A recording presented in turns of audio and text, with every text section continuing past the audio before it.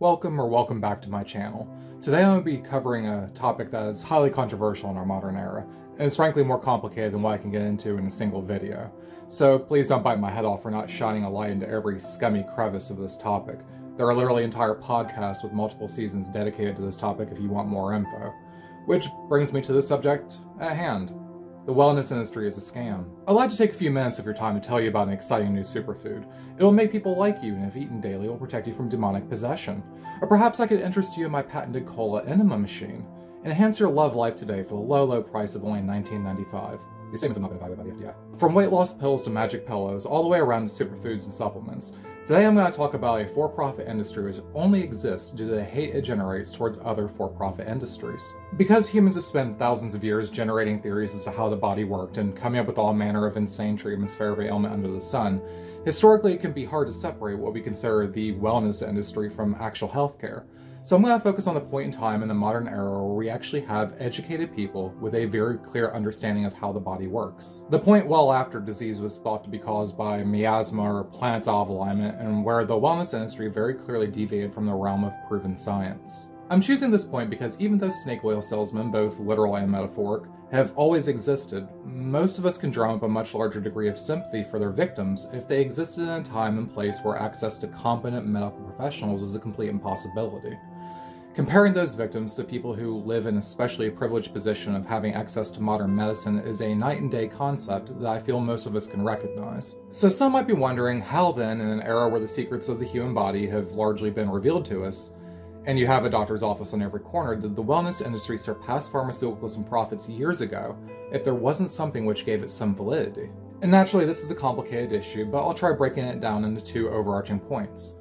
Point one is the many faults of the medical community. You see, there are places in America where there are no healthcare providers for a half hour in any given direction. Towns such as those, which I'll refer to here as satellite communities, are places which are predominantly poor, and the cost of even traveling to a doctor, let alone receiving care without insurance, can be extremely prohibitive. And those doctors' offices which serve multiple satellite communities are generally serving a larger community which they are located as well, which I'm sure you can imagine creates a lot of demand for a service which is in very short supply. Coming back to costs, in the United States, healthcare is not a right. There are programs like Medicaid which are designed to serve the poor, but there are profound limitations to it which I will be covering more in depth in a future video. For now, just know that there is a very large gap between having enough income to not be eligible for government assistance and actually being able to afford basic healthcare. Even those with insurance can be saddled with massive deductibles, and there are things which insurance simply won't cover at all. Medical debt is the #1 cause of bankruptcy in America today. And finally, doctors aren't gods. They're humans just like you and I. They get things wrong, they experience stress, and their job is subject to conditions which don't always work out well for everyone involved. Moreover, medical science has only come so far. There are conditions which have no cures, and undoubtedly ones which have yet to even be discovered yet. Which brings me to the appeal of the wellness industry. For decades now, the modern wellness industry has marketed itself to those who have become disillusioned with contemporary medicine. Whether it be informing you of ancient Chinese herbs to cure your foot fungus, or by directly claiming that all you need is a special sock to fix your bad back. They are seeking out the people who have chronic issues, or those who can easily rationalize the affordability of a $15 bottle of silver nitrate to cure all of their ailments, when compared to a $150 bill just to be seen by a medical professional. And into this comes self-proclaimed healers the world over who all have miracles for sale. Healers who, while your average doctor will sit down with you for an average of 10 minutes, will sometimes spend the better part of an hour listening to your complaints. A lot of people will feel like for the very first time they're actually being heard by someone, that the professional across from them actually cares about their well-being. And despite the fact that I've made my position on the wellness industry clear from the beginning of this video, even I can't poke any holes in that concept. Now, if you want to know a culprit by name, you need to look no further than alkaline water. I wasn't able to pinpoint exactly when this concept became a thing, but for at least the last decade, alkaline water has been marked as a cure, preventive, and treatment for a variety of maladies ranging from toxic overload to blood pressure without ever making the direct claims themselves. This is a screenshot from the Alkaline Water Company's website. On a side note to this, a celebrity endorsement from the guy who has absolutely no bottom limits is what greets you when you arrive here. On this site, you won't see any claims of miracles or pictures of people in lab coats explaining how this product will cure your cancer. For that, we just have to click their links. And that link takes us to the Alkaline Vegan Lounge, who fields the topic right here. Wait, what's that say? There are many benefits to alkaline water, although science does not support those claims. Read that again. Science, the knowledge about the natural world that is based on facts learned through experiments and observation, does not support the things that they just specifically stated were benefits. Okay, moving on. There's a lot to unpack here, and it's a challenge to know where to start. Maybe the claim that drinking acidic water, such as tap water, contributes to body acidity, and leads to a whole bunch of health problems. Yeah, let's start there. Here's some basic information about tap water. It isn't generally acidic. I would like to think you were paying attention to middle school science class and know that we measure acidity on the pH scale, and that a pH of 7 is perfectly neutral. If not, then now you know. But tap water in the civilized world runs a pH of 6.5 to 8.5. 8.5, of course, being what most alkaline waters are expecting you to pay 500 times the price for a bottle of. But what if that tap water is a dread 6.5? Is it going to eat a hole in your stomach, maybe lead to cancer, heart failure, and make it easier for Bill Gates to microchip you? Well, no. So your body is a highly complex and adaptive machine which has chemical buffering systems built in, weak acids and bases that can be easily broken down. They work by adjusting your body's proportions of acids and bases. So the notion that putting otherwise clean but slightly acidic water into your body is going to cause any harm to you whatsoever is a flat-out lie. Moving ever so boldly onwards to the cleansing toxins claim. This one I think is one that we're all familiar with at this point. And look, I know that if you've already bought into this fad, I'm not going to be the person who's going to dissuade you here.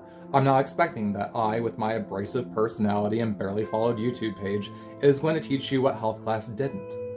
But it needs to be said, and it needs to be on record that you've heard it. You, me, all of us, have this thing called a renal system, which naturally and efficiently does these things for you. This isn't a matter of debate. There is no unsettled science on this concept.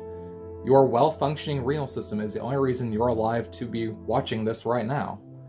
I saw firsthand what a failing liver looked like when my brother died. It's not an ambiguous or passive issue, and it damn sure isn't something which drinking slightly altered water is going to fix. Of all the claims made by charlatans in my lifetime, the toxins claim is the one that bothers me the most.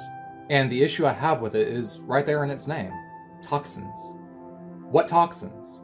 They aren't giving you specific names for these so-called toxins because they thrive in a world where you can't label the things which they claim are wrong with you. The second they make a definitive claim is the second basic science and common sense start to tear down their house of cards. It operates the same way that every other conspiracy theorist promotes their insanity, by convincing you that there are vague, shadowy entities acting in nefarious, though conveniently unspecific ways to undermine you and yours. I can play this game as well by pointing out that their water contains PTH, which is short for parathyroid hormone. Wait, so they're putting hormones in their water? Surely that isn't a good thing in this anti-GMO, all-organic superfood era. But we're getting away from what's really relevant here. The question of whether or not you need extra of something your body has been producing just fine on its own all of your life has been answered. At the very least in one study which found no significant differences in bone health. I'll link that study below. I don't want this video to turn into one exclusively about alkaline water, so I'm just going to tell you exactly what they already have. There is no scientific benefit to drinking it. They make definitive claims which they themselves have already stated are utter horseshit.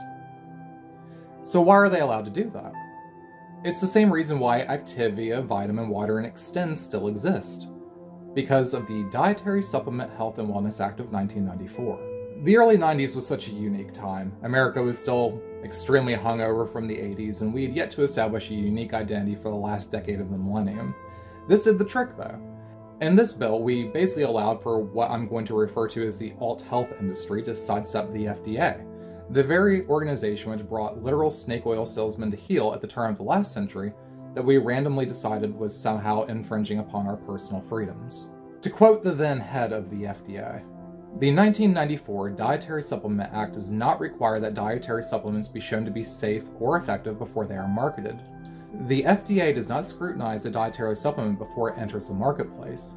The agency is permitted to restrict a substance if it poses a significant and unreasonable risk under conditions of use and label or is commonly consumed. Congress has shown little interest in protecting consumers from the hazards of dietary supplements, let alone from the fraudulent claims that are made, since its members apparently believe that few of these products place people in real danger, nor does the public understand how potentially dangerous these products can be.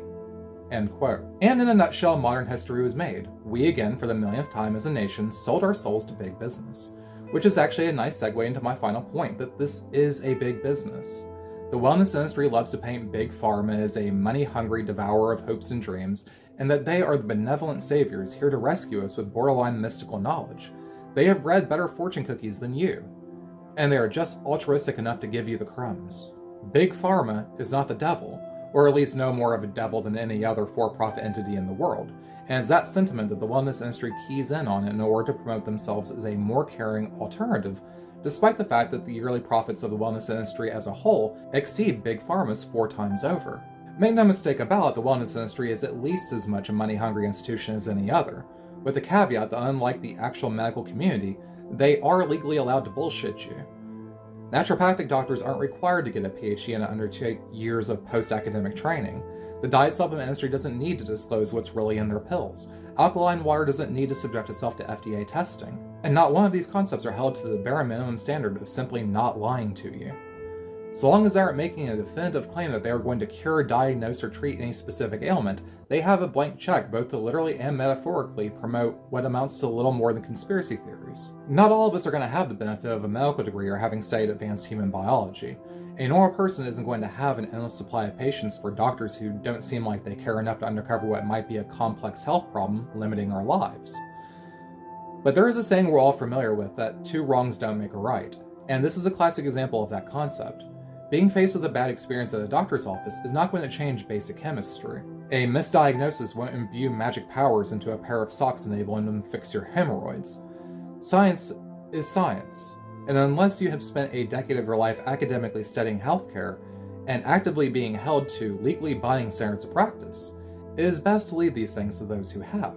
It's true that alkaline water is probably safe for you, and an over-the-counter vitamin isn't likely to harm you if taken as directed. But these things are only the entry-level snake oil which exists in the world today. There are practices and products, which I will not be giving free promotion time to on this channel, which are actively harming people right now. People all over the world are paying a premium to shave years off their lives, under the guise that the medical community are the ones who can't be trusted. People with disabilities and other sort of chronic conditions are especially vulnerable to this line of thinking because desperation is a very real concept.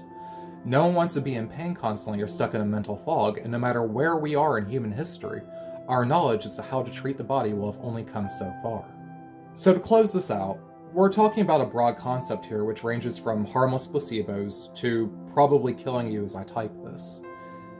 As I stated in the beginning of this, there are entire channels dedicated to this topic if you'd like to know which is which, but for now, in this video, it's enough for me to say that when you're dealing with your health, this is not the person you should be turning to for guidance.